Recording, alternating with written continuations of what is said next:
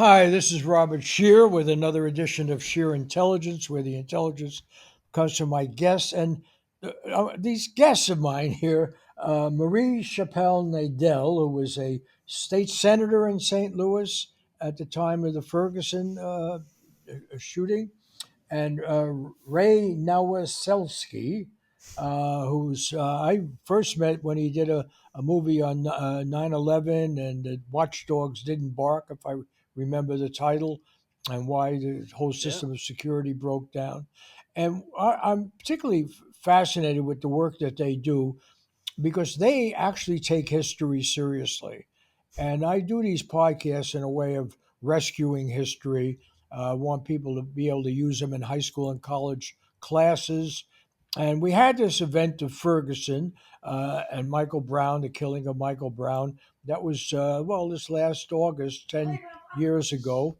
And, uh, and there were a lot of lessons for the nation, the Black Lives Movement, and so forth. And, if you go to watch a basketball game now in February, you hear about Black history, you hear about, and at that time, actually leading basketball teams reacted and affected the playoffs and what have you. And I'm here because I'm really fascinated that a major media outlet like iHeartMedia, or a major radio outlet in the country, would put on an investigative program, and that it won was nominated for the NAACP Image Awards just recently. And you people have devoted a lot of time to getting history right, and you may have even cracked the case. It certainly wasn't cracked by the courts, and no one went to jail over it, right? And we'll let you tell the history. So, why don't you really summarize this major media effort of yours to do journalism right, to get it right, and why it matters and what you came up with? So, I'm going to let you take over at this point. Either one who wants to go first, and you're directors. Tell us what you're doing at your work, why it matters. Maria, can I give a brief intro to the overall concept and segue over to you? Because I think you're the right one to pick it up from there. But I would just say that there's this phenomenon in the last 10 plus years since these incredible people started this movement.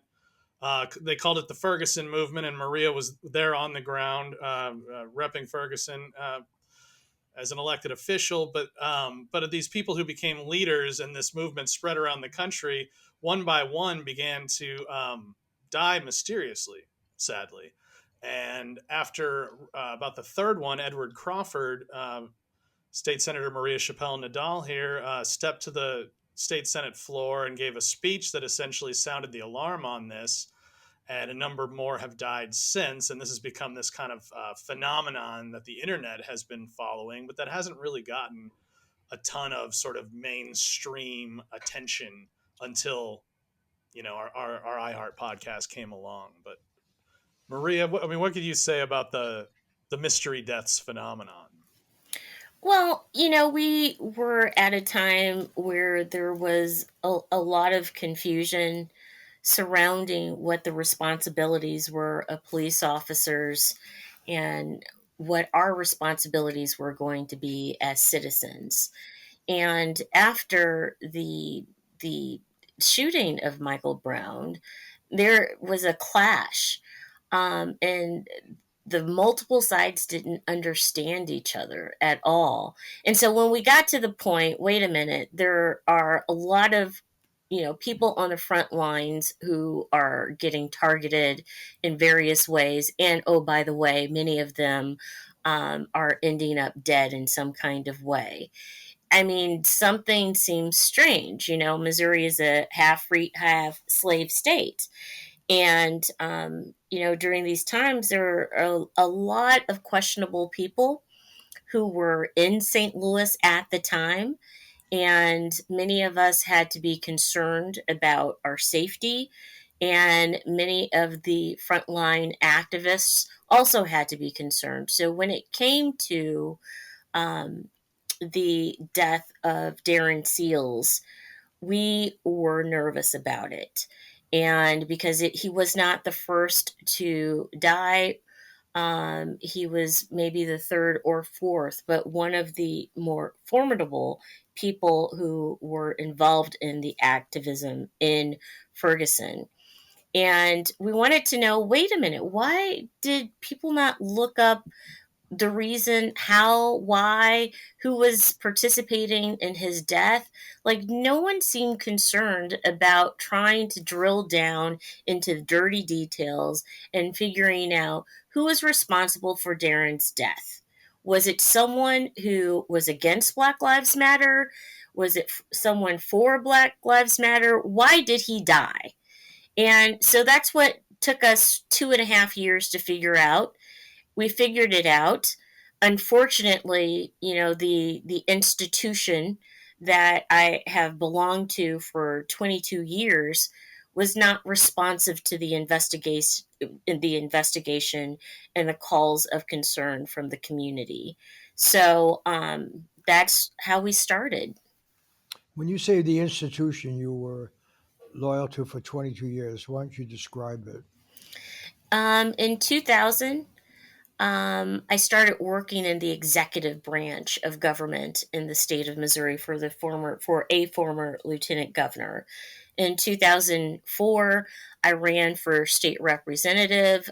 I served 3 terms as a state representative. Then I went on to the Senate to serve 2 terms, which is 8 years. And then I went back to the House for the last term for another 2 years. So I've spent 16 years in the legislative branch, and I have served another 6 years in some type of executive branch. So that's really important because you're not like Ray and myself. We're media people. We're out for a story where you have a nose for news. I'm speaking for you, Ray, but No, yeah, totally. assume we're in the same racket here. You're one of the people who believed in the system, and you try to make the system work. You're not some, person just coming in to make trouble or look under the rocks or anything else. And the other thing, I just want to also take you back to your statement about Missouri being half slave and half free.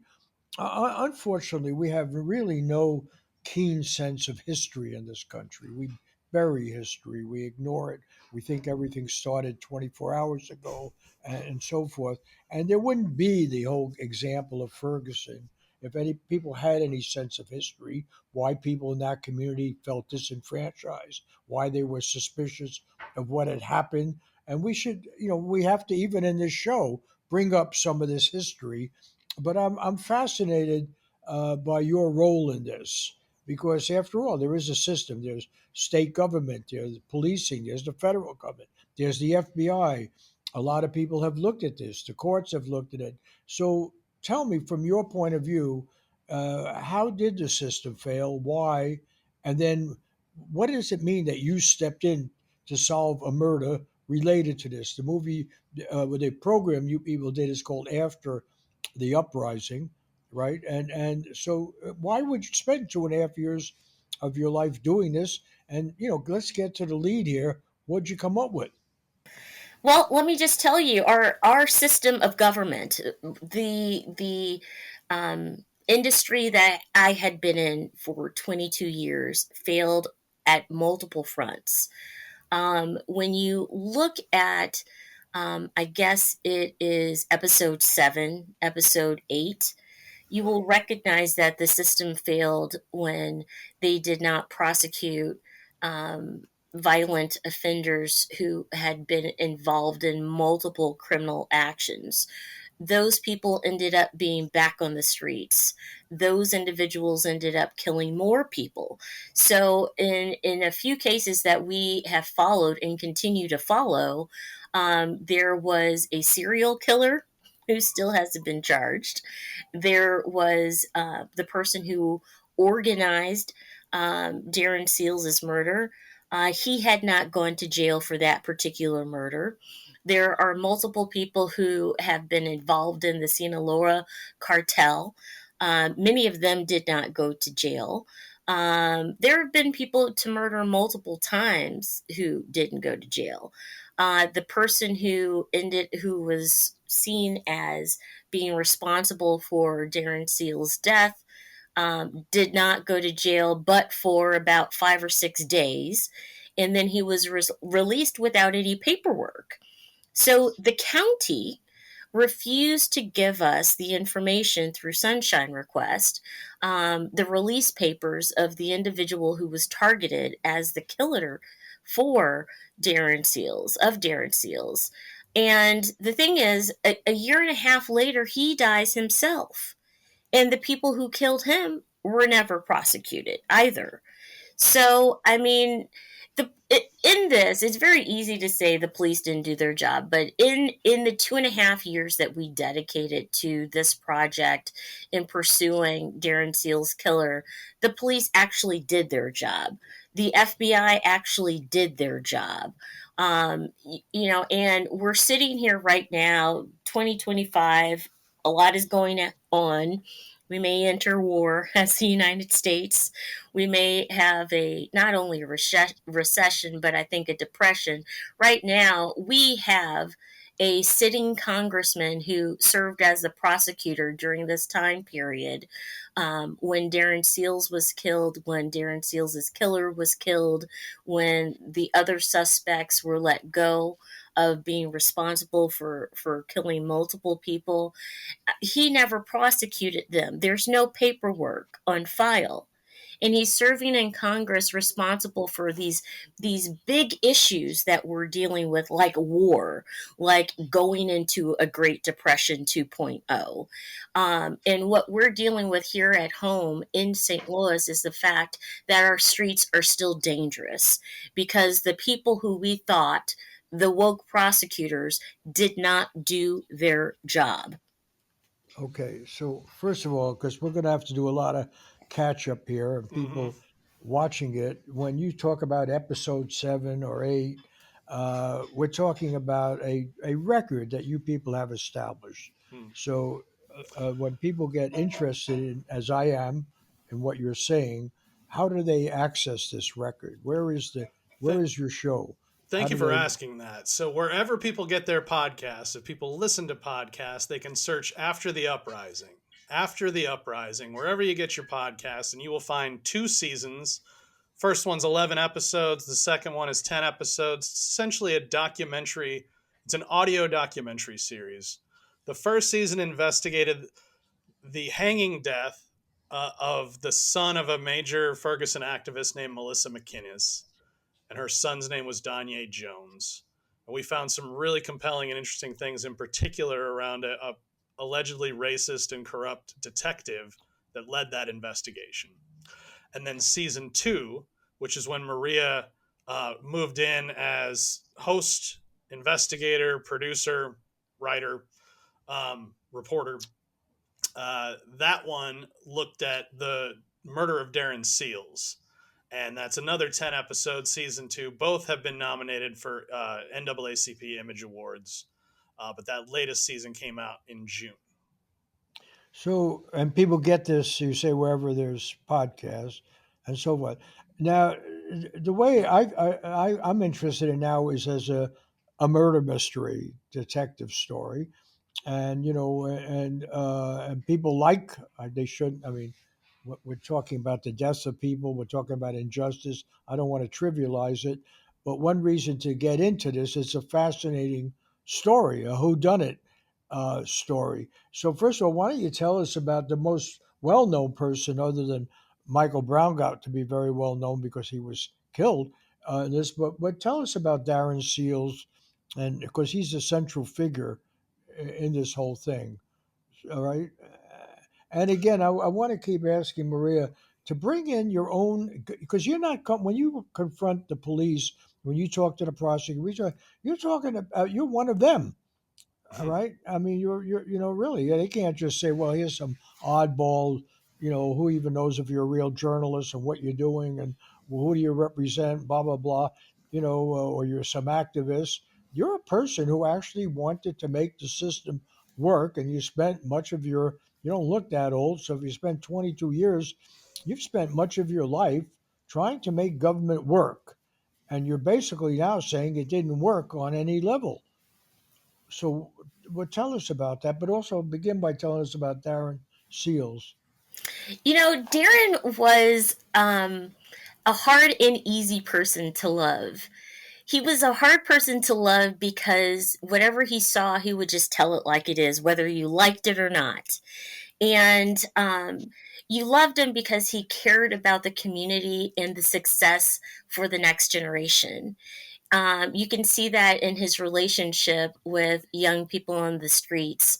The way that he brought in a group of young people who wanted to be rappers and tried to raise money for them, and he was their director, if you will. They were their manager. Um, he gave them opportunities to get out of the hood. He wanted to see them succeed. He wanted to see them make money in a legal way. And he sacrificed a lot for that, using his own money to help these young people succeed. And they actually did really well. They were great rappers. And then there was another component in the story. If you listen to After the Uprising season 2, there was another force at play, the reality of what the streets look like now and in the past with the drug cartels. A lot of people getting involved in gang activity. The young men that he was trying to support and get on the right journey, the right road, they didn't do that, and they ended up targeting him.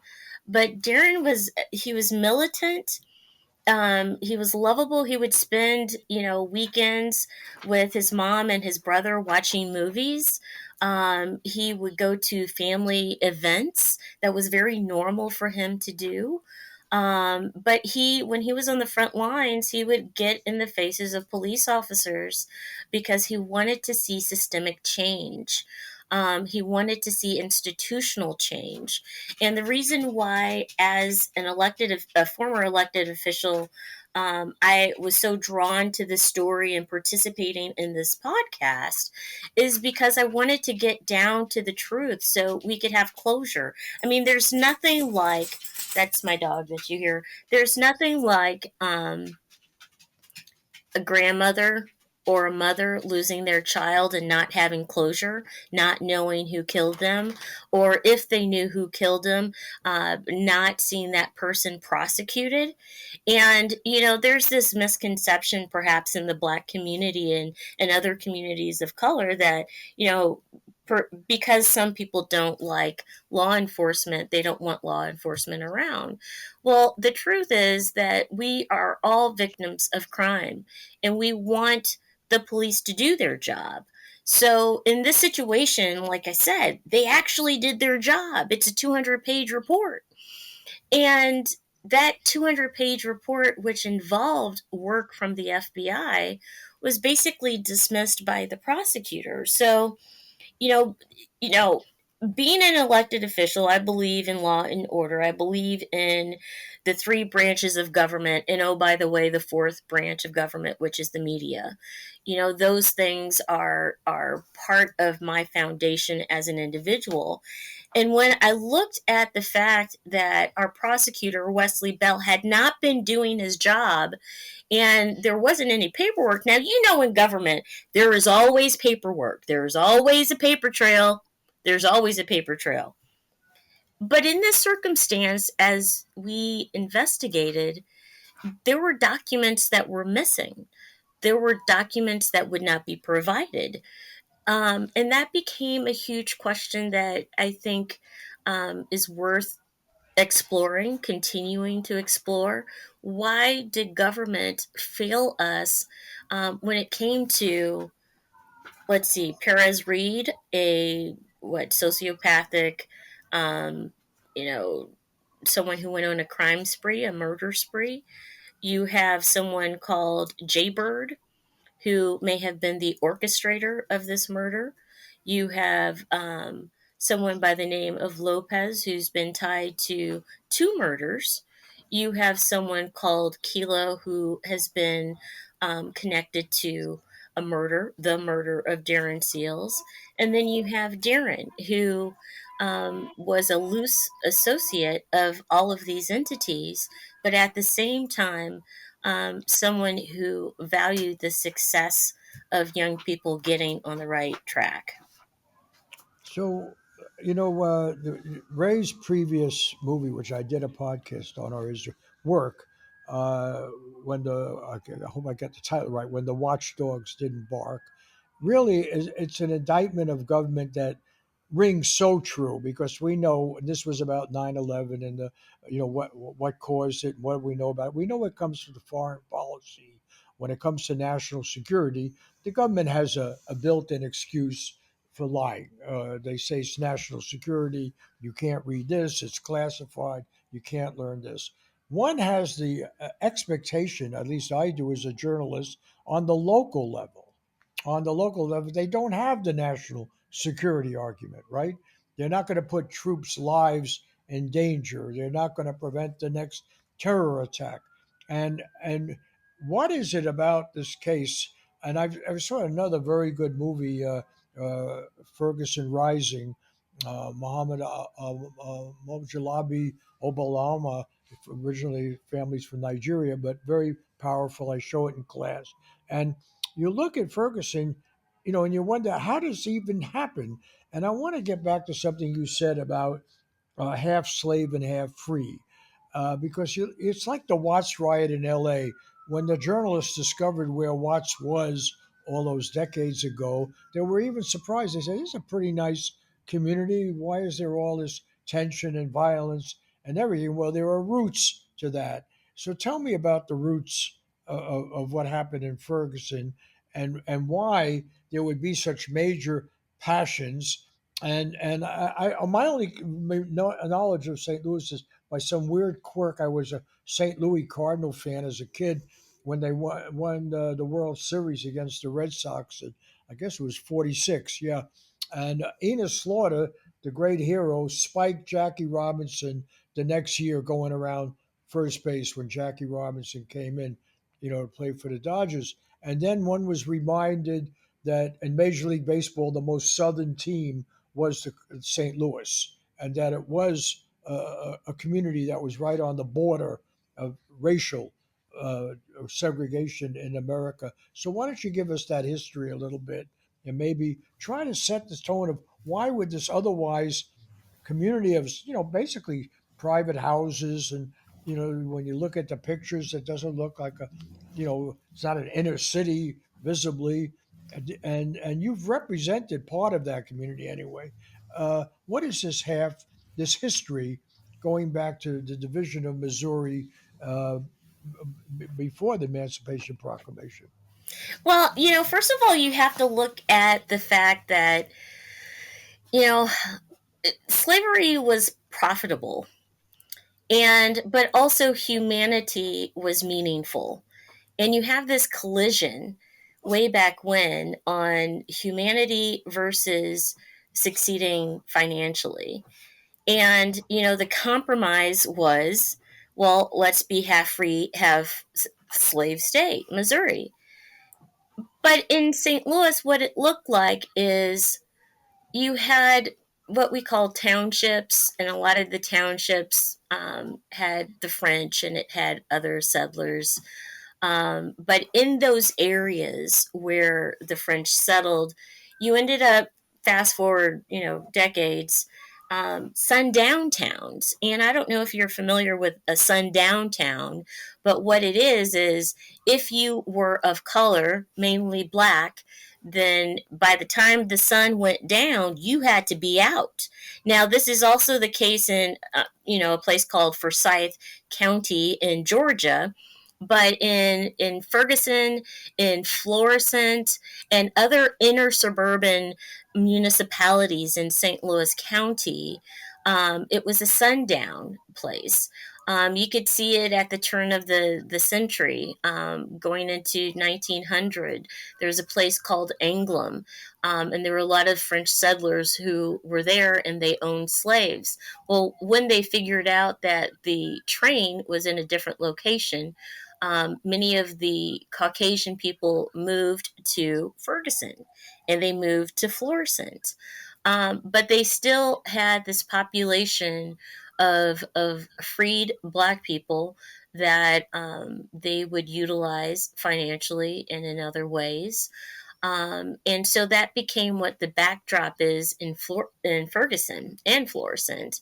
You had many people of color who, unfortunately, were not part of the political system, did not own property, did not own businesses, were not integrated into government as they should be. And in St. Louis, there's this thing where, you're seen but not heard. Like the perfect Black person in 2014 was a person who would just still say, yes, okay, whatever you say, and, the Caucasian political elite were fine with that. They weren't about Black empowerment or Latino empowerment. They were about, this is the system that we have created and designed for you. You participate in your quadrant and do as we say. Don't make an uproar, don't make a scene, but we're the ones who are handling you in this Black community. That's what it was like. That's what it's still like. You have a lot of, political elite. They're responsible for getting Wesley Bell into office. They wanted the kind of person of color who would not fight back, the kind of person of color who would not create any ripples in the system. They wanted a person who would stand with the political elite, mostly white status quo. So if you go backwards 11 years, 2013, 2014, one of the biggest issues that we're struggling with at the time is public education, funding for public education in high poverty areas, which included Ferguson, which included the Normandy School District, where Mike Brown actually, the school district he went to, which was unaccredited. So what you see in the way government works, and I was working on revamping the education law back then and was quite successful at it. And our governor vetoed it 2 years in a row. The thing is, we were fighting for better educational resources for high poverty areas. And there hadn't been anyone fighting for equity in the public school system, period, for years, for decades. And so you have this fight for education at the same time as you have the death of Michael Brown, and it becomes like this perfect storm. The Black community has been ignored for such a long time because people were just, doing as they were supposed to do. They weren't standing up to the police. They weren't going to the city council meetings. They weren't going to the county council meetings. And someone like myself, who has loved politics since I was 5 years old and voted for Jimmy Carter, like politics is everything. Government is everything. It's answering the needs of the most vulnerable in society. And in our own town, in our own state, we had people in our own party who were willing to turn their heads and say, we want things to be the way we designed them to be. And when Michael Brown was killed on August 9th, that opened up the eyes to people, and we all said no more. So as a state senator at that point, I was at this intersection of, being mother, being sister, being teacher, being legislator, being activist, and understanding the people who I represent didn't really know how government operated. They didn't know how activism within government operated. So the only thing that people had before them is their voices, their feet to protest and be out in public and cause, all kinds of good chaos, for a better community, for a better education, for better assets, for better housing, not living in food deserts. It became a movement of empowerment. And so when I talk about Missouri being half free, half slave state, what I'm talking about is an institution that wants people of color to remain behind and not be outwardly responsive to the decisions that lawmakers are necessarily making, or the decisions that the political elite are making. They wanted and continue to want to be seen, to be heard, and want systemic change, institutional change. So we're still fighting that, because there are people who, I think it's a culture clash in many ways. There are people who are accustomed to going to the private clubs, that wouldn't allow Black people in for a long time, and did not want to see the progress of a community that looked like mine, the one that was left behind. And then you had people who are just living day to day. I mean, right now the reality is, and it's only going to get worse with these tariffs, but we have multiple generations of people living in one household because they have to. And even in that circumstance, many of those people don't have housing, or I'm sorry, they don't have transportation. They go to like a Family Dollar instead of going to like a regular grocery store because it's too far away. There are isms that we're still facing, even since Ferguson, that explain the divide that we had 11 years ago, 50 years ago, 100 years ago. And that is the state of Missouri. But Well, Robert, you that's mentioned well. the Let book. me give. I'm sorry. Let me just respond Yeah, to what was just said, because I think I'm sorry. I'll cut right back to you, Ray. I don't yeah. mean to cut you out here, but I think that's why I'm doing this podcast in general, uh, to try to get history straight, and that's why I think your work is so important, because we're living at a moment where, whatever else you think about Donald Trump, and I'm not. This is not the purpose here, is to start bashing Trump. Everybody I know, they bash him nonstop all day long, and he hasn't been there that long enough to do that much. But there is one consistent theme to Donald Trump, which is this whole notion of making America great again. Now, it involves really a nostalgia about what America was, and the idiocy.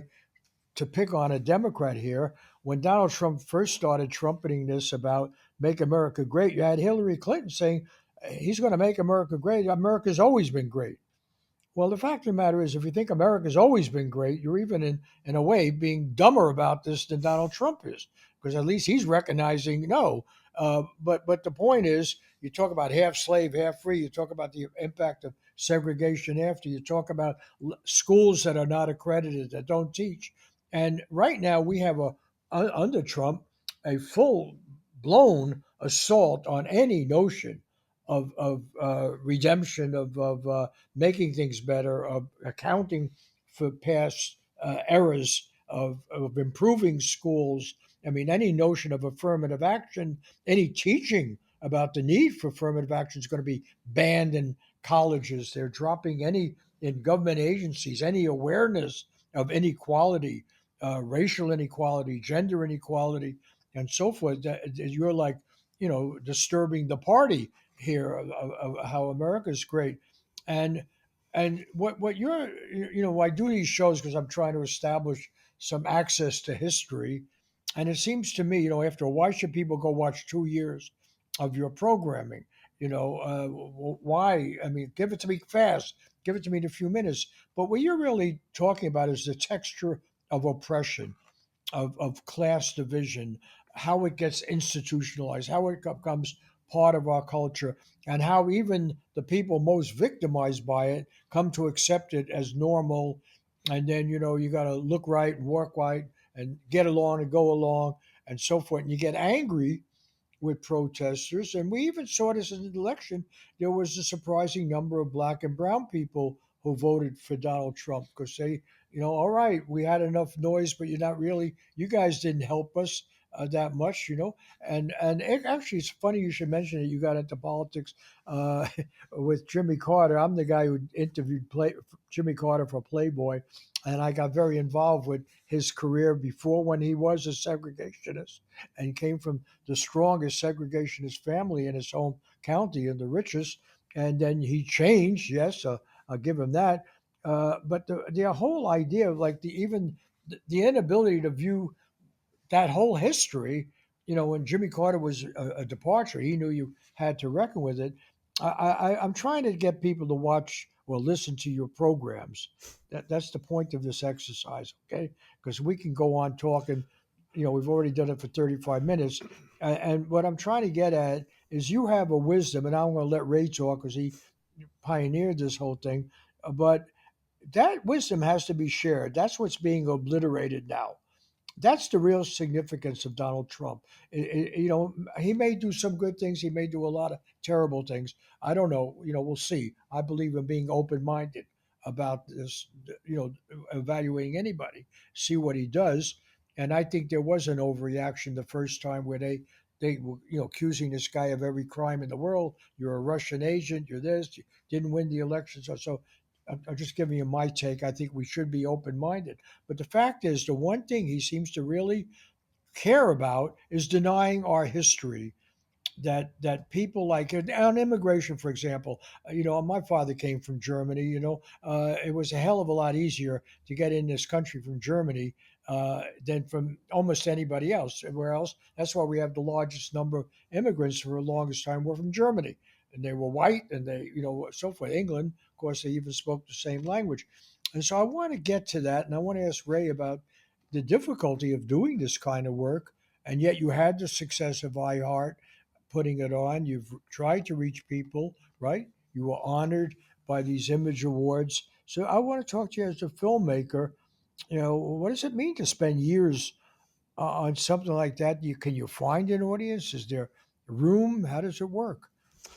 Well, as a filmmaker, so I respond very much as a filmmaker to what you said a moment ago, which is I'm trying to get people to listen to this show, and we need that kind of help, Robert. So everything Maria talked about and everything you just talked about is absolutely in the DNA of this show.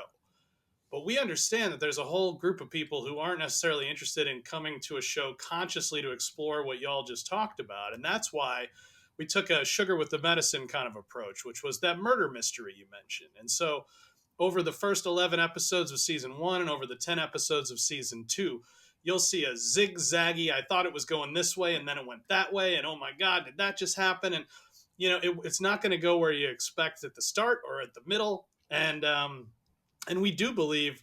So what happened? Well, let me.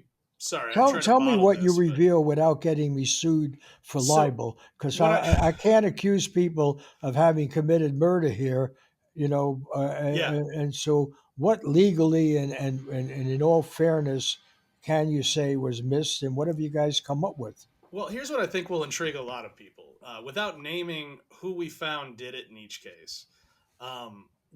What is interesting is that when we went into this originally, we thought, all the headlines about Darren Seals and also about Danye Jones's death were very suggestive. Who killed Darren Seals? But there was right. It was a lot of like, oh, isn't this convenient that all these activists who were involved, in this movement for Black Lives are dying one by one? And we wondered, is this just a lot of paranoia? Is this conspiracy theory, or is there any there?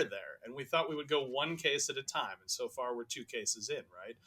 And so, wouldn't you know it, when it comes out a couple of years ago, and we were among the first to make the public aware of the fact that 6 months before Darren Seals was murdered, the FBI did, in fact, open a surveillance on him that was running through his murder.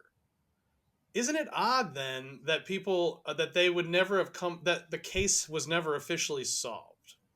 I'll give you another one. The police, it turns out, weeks before we were dropping the show in June, we thought we had solved it. And then somehow, by accident, we're still not sure, the police end up handing us over their 100 plus page report into Darren Seals' murder. How much is it? 200 plus. Okay. Maria's signaling me. And not only do we find out that everything we thought we had solved was accurate, we found more details, but we found out that they had told the prosecutor who the trigger man was in 2018. A team of cops and FBI had arrested this person, held him for 3 days, and the prosecutor let him out. Then a year and a half later, he got killed, and those people who are known to have killed him remain unprosecuted.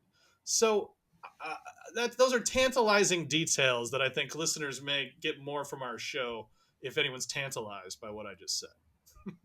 Well, could take it a little further because, my wife has been involved in the Kevin Cooper case in Washington, and again, starts with a much publicized event, and he's not on San Quentin death row, but he's still facing this. But there's been one example after another of the destruction of evidence, denying evidence. It just goes on endlessly. A lot of people looking at these kind of cases say, wait a minute, it can't be. Too many people, too many decent people, too many honest people know about this. And it always seems to be the showstopper then. Would they have all remained silent? Would they, why doesn't it come out? And you've been involved in that very, but you could say it about lots of famous cases in America. The fact is, the truth doesn't often come out or as often as you would expect. So I want you to talk about what you're up against in terms of your craft. What have you come up with? What have you come up with, and why isn't it just accepted? And why hasn't it changed anything? Well, so we did some of the last. In fact, Maria sat with the mother of Darren Seals for what 3 or 4 months of interviews just before she passed away. So these were the final comments from Darren Seals' mother, and she was convinced the FBI had murdered her son. Now we talked with experts in the FBI, including people who are not huge fans of the FBI, but former agents, guys from the Brennan Center, and they were like very low likelihood that in the modern age the FBI officially target somebody like Darren Seals. But what's interesting is the person we found ordered or likely ordered the death of Darren Seals appears to have done so because he was under the impression that Darren was cooperating with the feds. Now, it appears that the feds were actively attempting to recruit Darren at that time amidst this surveillance operation they were doing on him. And whether they were successful or not, our question is how did the person who ultimately targeted Darren come under the impression that the feds had turned Darren into an asset at the exact time that the feds were trying to turn Darren into an asset? So, in other words, perhaps there are ways, and this is where it does get a little conspiracy land, and I can't prove what I'm about to say, but there might be ways that, let's say, a rogue agent who had an agenda could go sort of outside of officialdom and still see the same outcome we used to see, right, when the FBI were doing dirtier tricks back in the day against the same community. Well, also dirty tricks against Martin Luther King to try to get him to commit suicide and smear him, right? That record is Donald Trump tells us we're going to get to actually see what the FBI said they did. It's not going to be a clear record of what happened, but you're right. I mean, we've had a history of learning of what our government agencies do on a regular basis and the lies. But I just want to throw it back, and then we're going to have to wrap this up. I want to throw it back to that original question. They don't have a national security argument, and we aren't in the worst days of the deep south or something, and where the Klan's going to come get you and all that. We have a much publicized event in a community that some people, who are apologizing say, wait, I know it, because in this other movie, which I have a lot of respect for, Ferguson Rising, you have a number of white people and some people of color who are actually saying, we like our town. That doesn't go on here. We have, good stuff happening. And then yet you say, yeah, but. So I want to know, despite being honored or be nominated twice now for award, despite being the show has been available and widespread and so forth, how can people shrug it off? And how do you get people to? I mean, people can't even remember something that happened 3 days ago. The way the whole news cycle works, how are you going to get people right now? Okay, if we got people listening to this and we make it pretty widely available, you know, again, tell me because we're going to run out of time here. Where do they go to it right now? How do they get it? Wherever they're listening to their podcast, they should search After the Uprising, subscribe, like all the good stuff. But After the Uprising, and start listening right away. And if it doesn't hook you right away, and I say it will, you don't have to keep listening, but give it a shot because I think you're going to find yourself compelled and pulled into this journey with us Well, I'm of pulled in short work already, but journalism. I'm just saying, what are we talking about? Hours and hours of listening? Or you said it's episode 7. Where do we It's start great here? for a road trip. It's great for if you commute on the subway, right? But I mean, you could start at the top of season 1, or if you're more interested in the Darren Seals story we've been talking about, start at the top of season 2, and just take that 10 episode journey. It'll go like that. It's Okay. also good to listen to as you're cleaning the house, or if you're doing some detailed cleaning, or as my colleague said, if you're on the road. I mean, this is a journey. This is a true crime journey. This is about getting to the truth of why this aspiring young man who wanted to do good for the community, why was he one of several people who were targeted and killed? Why did it happen? Did the police do their job? Who killed him? Who done it? When did it happen? You know, all of these things, because it happens in every single major city. What happened to Darren happens in every single major city.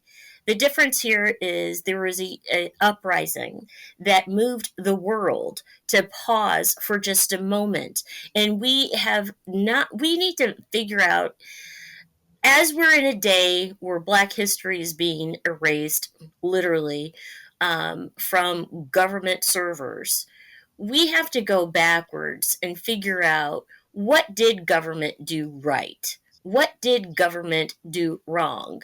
Because we're bound to repeat our history if we don't know it.